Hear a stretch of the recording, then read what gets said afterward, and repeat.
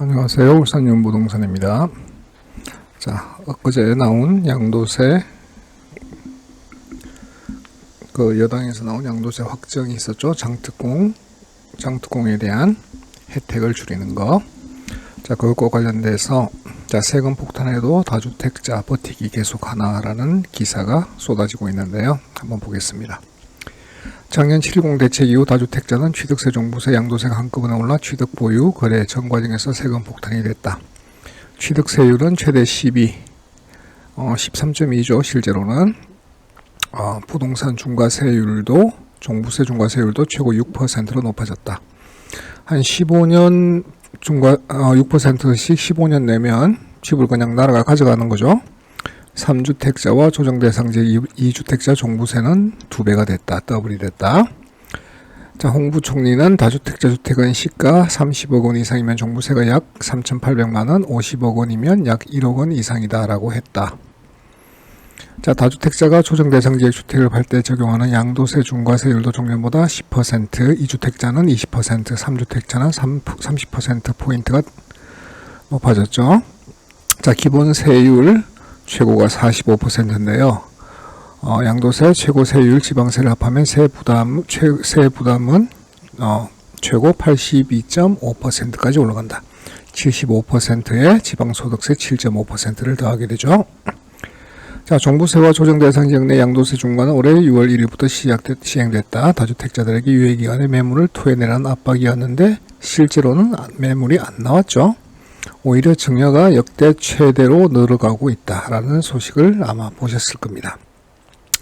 자, 다주택 가구는 317만 가구이며 19년 기준입니다. 보유한 주택은 770만 건이다. 그러면 2주택자가 제일 많은 거죠. 2주택자. 자, 무주택 가구는 888만이고 43.6%다. 자, 그렇다면 자, 317만 가구가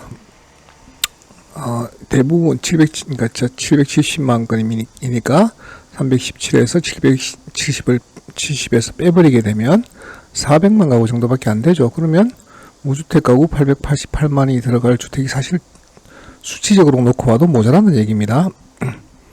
자, 다주택자들이 그러면 예를 들어 다주택이 없어지게 되면 무주택 가구 888만은 어디 들어가 살까요? 이 사람들이 매물을 내놓으면 무주택자들에게 공급이 이루어질 거다라고 기대를 했는데, 자, 이건 착각이었다. 다주택자들은 양도 대신 버티기나 증여를 택했다. 시정 매물은 말랐고 신규 주택 공급까지 감소했죠. 그래서 집값이 천정부지로 뛰었다. 자, 지금 얼마 전에 나온 최대 40%의 장기 보유 특별공제 적용 기산일을 주택의 취득 시점에서 최종 1주택자가 되는 시점으로 바꾸기로 하면서 양도세 장특공에 대한 혜택도 줄이는 상황으로 2023년 1월 1일부터 시행하기로 했죠. 다주택자가 집을 처분하지 않으면 기존 양도세 중과에 폭탄을 하나 더 안게 됐다. 현 정부가 밉상인 다주택자들에게 안긴 마지막 징벌인 셈이다. 자, 그러면 다주택자들이 어떤 대책을 강구하게 될까? 다주택자들은 양도세를 내고 팔게 되면 심지어 손해보는 경우까지 생길 수 있습니다. 그러니까 팔 수가 없죠. 자, 그러면 증여를 선택하는 이유는 어차피 상속을 해도 상속세를 내게 되고 증여를 해도 증여세를 내게 되니까 어차피 한 번은 내야 될 세금입니다. 그래서 증여가 엄청나게 늘어나게 되죠. 자, 여기서 우리가 생각해 볼 문제가 뭐냐면 과연 이 정부에서 양도세 중과를 폐지할 것이냐라는 문제가 생깁니다. 이제 국민들은 알고 있습니다. 세금이 높아지면 가격은 상승한다라는 것을. 그렇다면 매물을 늘리는 방법, 기축의 매물을 늘리는 방법은 세금을 낮춰줘서 시장의 매물로 나오게 하는 건데, 부동산 전문가들은 이번 정권에서 양도세 완화를 할 거다라고 기대를 하는 분들도 계시던데요. 제가 볼 때는 아닐 것 같습니다. 즉, 정권이 바뀌기 전까지는 양도세 완화 정책은 없을 것 같다. 자, 그렇다면 세금이 높아지는 상황, 공급이 부족한 상황에서 집값이 어떻게 될 것인가? 쉽게 여러분들도 판단해 보실 수 있을 거라고 생각합니다. 금리를 얘기하는 분들이 많으시던데요. 자, 지금 우리나라 기준금리는 0.5%에서 한 번 인상할 때마다 0.25%씩 상승을 하게 되는데요. 자, 시중금리는 이미 금리 인상에 대비해서 정상적인 금리로 지금 대출이 이루어지고 있는 상황입니다. 그럼 여기서 0.25% 4번이 올라서 기준금리가 1.5%가 된다고 하더라도 시중금리가 그만큼 많이 올라갈까요?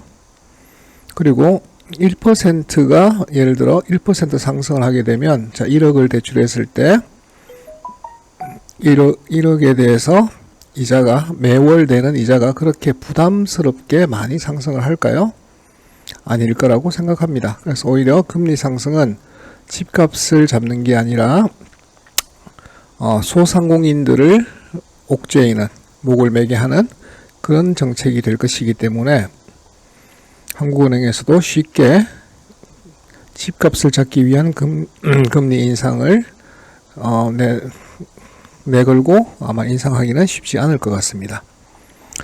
자, 결론적으로 지금까지의 이 정부의 시책에 대해서 말씀을 드리자면, 양도세 완화는 기대하기 어렵다.